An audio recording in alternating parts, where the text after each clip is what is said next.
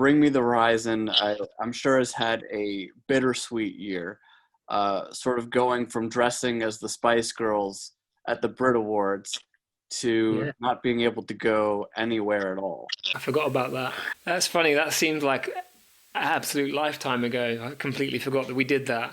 That was one of the ideas that we had for the Brits. The other one was we were going to go as we were smoking too much weed at the time. But we were going to go as like British landmarks. Like one of us was going to be Big Ben, one of us was going to be a post box.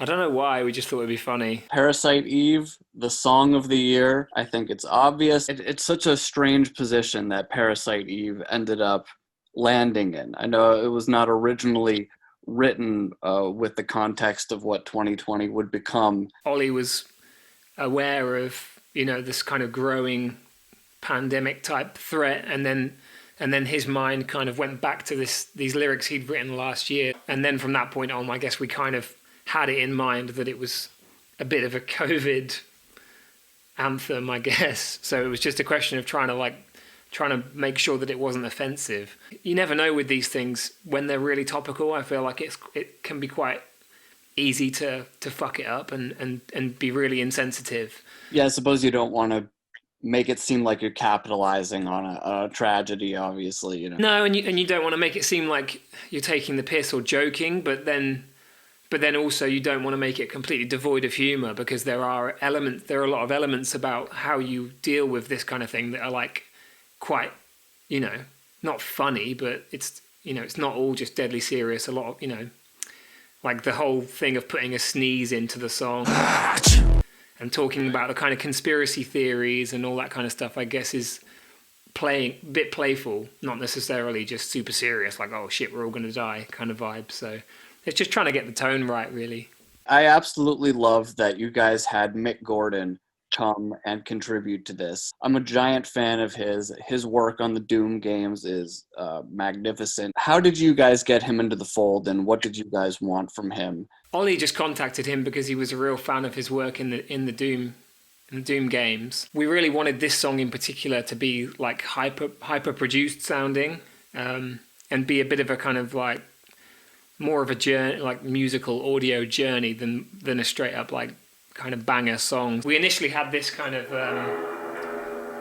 the verse thing was the first thing we had, which was this kick and bass pattern, and it had this.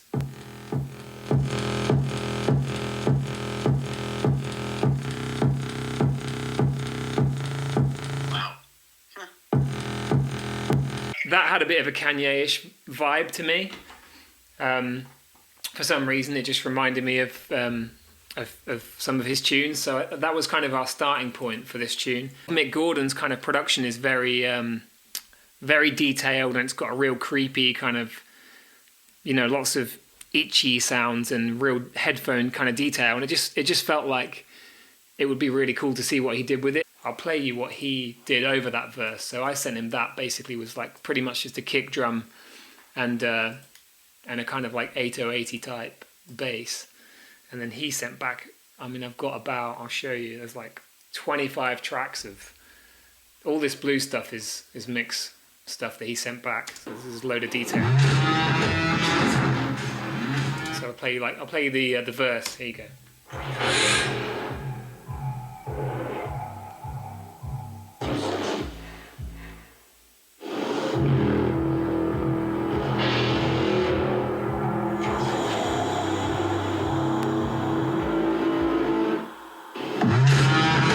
So yeah, it's just like, to be honest with you, I don't know how he does it. It basically sounds like a gnarly computer game, really. We barely even picked through it. We pretty much listened to it and we were like, plopped it on top, and it sounded amazing. Something I'm really enjoying lately in music, in that genre is being thrown by the wayside, and a lot of young artists are sort of mashing together all the stuff they love, not just musically, but when it comes to pop culture as well, and it's becoming more and more homogenous, and it's super exciting. And you guys have done a fantastic job breaking down the preconceptions of what a band like Bring Me the Horizon is thought to be capable of. I think it's a big compliment, and it's definitely something that we strive to do. We're kind of culture vultures in a way that I feel like we just like steal the essence of what we think is cool from another genre, and we'll just be like, oh, we should try and use that in our shit. I'm going to flick back to the session because I've got a perfect example actually. Ollie mentioned that he was like into Bulgarian folk music, which I found really fascinating. He was like, have you ever listened to Bulgarian folk? And I was like, no, obviously not. He was like, oh, it's really fucking sick. You should check it out. This is a clip that we sampled from. We found this initially. It was from a live recording. I think it was on. We found it on YouTube. And if you listen to this, it's pretty cool. This is like the initial. I kind of stole this.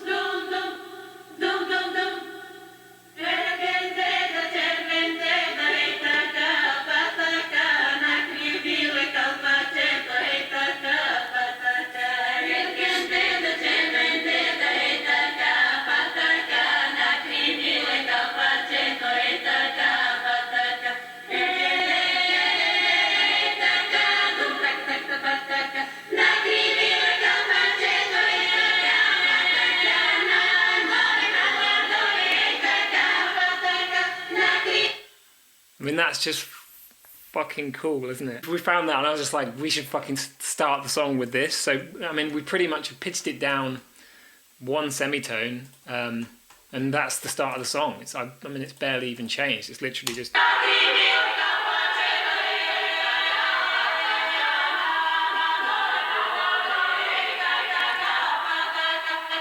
just pulled it into a different tempo, added some kind of stomps and some stabs to give it this kind of slightly more, I guess, like contemporary feel. Kind of little kick and brass stab. That's all it's got sat behind it. Just to give it some more like dramatic impact, and it just made for the perfect kind of like...